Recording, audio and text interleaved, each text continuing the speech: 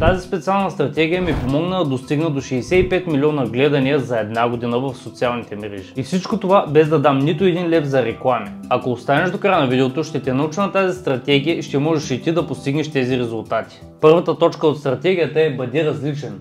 Какво имам предвид? Много хора в днешно време качват информация в различните ниши, например в здраве, фитнес и така нататък. Информация, която знаеш ти и я знаят много хора и те също я публикуват в социалните мрежи. Тук идва въпроса защо хората да те гледат и следват. Трябва да бъдеш различен. Твоята личност ще ти помогне да се развиеш. Аз постигнах тези резултати с профили, в които дори не си показвам лицето. Ако използваш подобни профили, трябва да бъдеш малко различен. Например, взел си един дизайн, който ти харесва за видеоклип и си решил да го използваш. Можеш да промениш различни неща, например цветовете, да вкараш нещо свое, да вкараш различни аудиоефекти и по този начин ще го направиш твой стил. Ето 5 неща, които ще ти помогнат да се различаваш. Първото нещо е цветове. Можеш да слагаш различни интересни цветови филтри върху видеото, които да използваш само ти. След това шрифт, субтитри. Можеш да експериментираш със свой дизайн на субтитри, който ще те направи различен. След това тип музика. Ако твоите конкуренти използват един тип музика, ти можеш да използваш друг и така да се различаваш. След това ефекти, това може да са визуални ефекти или аудиоефекти. И след това ред на информация. Ред на информация е това как ще представиш информацията на хората. Ако видеото, което искаш да направиш е 3 стъпки за да постигнеш нещо, вместо това можеш да го направиш по различен начин. Тези неща ще ти помогнат за еди с какво и оттам да разбъркаш самите стъпки. Има и други неща, които могат да ти помогнат да бъдеш различен, но тези са най-важните. И последното нещо, което забравих да кажа, че можеш да добавиш своя история. Ако даваш някакви примери или разказваш някакви истории в твоите видеоклипове, просто ги смени с твои лични. По този начин твой видеоклип ще бъде много по-интересен и различен. Следващата точка е истинска стойност. Много е важно да даваш истинска стойност на хората, които те гледат. Има хора, които снимат просто различни клипове и си мислят, че дават стойност на тяхната аудитория, докато всъщност просто повтарят това, което правят другите. За да разбереш дали твоите видеа са наистина стойностни, просто намери най-развитите хора в твоята сфера. Ако говорим за фитнес нишата, намери различни профили, които са много развити, гледай тяхните видеа и виж колко стойностна информация научаваш в едно видео. По този начин ще знаеш какъв тип информация да даваш на хората, които те гледат. Ето какво дава истинска стойност. Съвети, стратегии, трикове, важна информация, обяснения и смях. Използвай ги, за да направиш твоите видеа по-информативни и интересни. Следващата стъпка е стимулирай ангажиране. Какво значи ангажиране?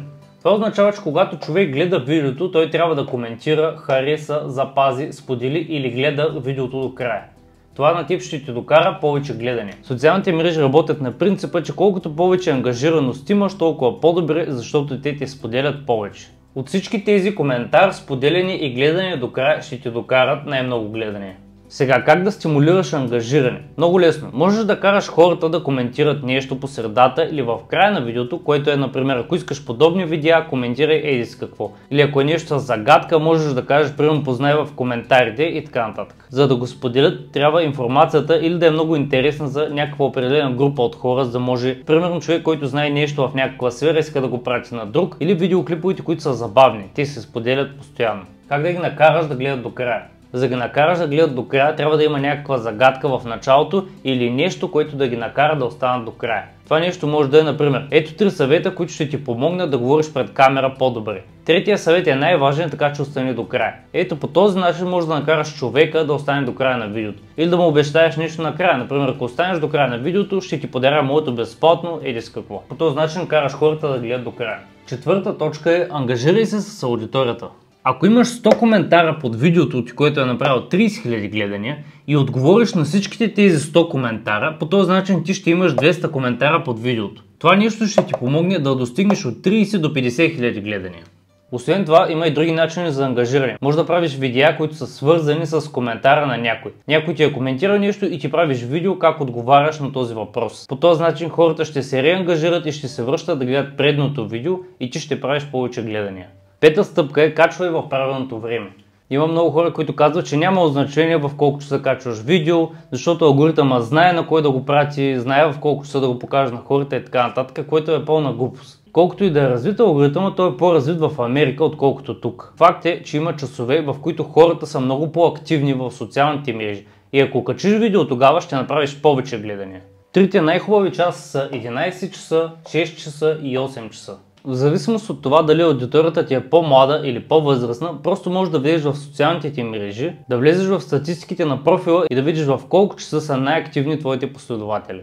И последната стъпка е постоянство. Може би си чувал много пъти, че трябва да си постоянен в социалните мрежи и въпреки това не го правиш. Социалните мрежи са на този принцип. Хората, които качват по-често, се промотират повече от алгоритъма и тези, които не качват често, не се промотират толкова. Когато започнеш да набираш инерция и спреш да качваш, след това ще трябва да се вдигнеш отново до същото ниво, до което си бил, за да продължиш да се развиваш нагоре. И ако това се случва много често, ще се развиваш много трудно. Докато ако постоянно качваш съдържание, ти ще се развиваш постоянно. Така че наистина е много важно да си постоянен в социалните мрежи.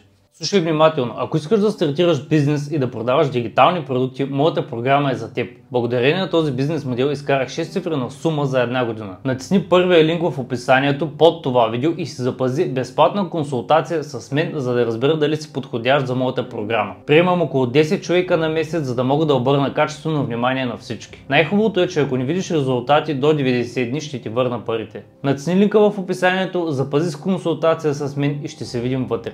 Благодаря ти, че изгледа видеото до края. Абонирай се, ако не си го направил, сподели видеото с приятел и ще се видим следващия път.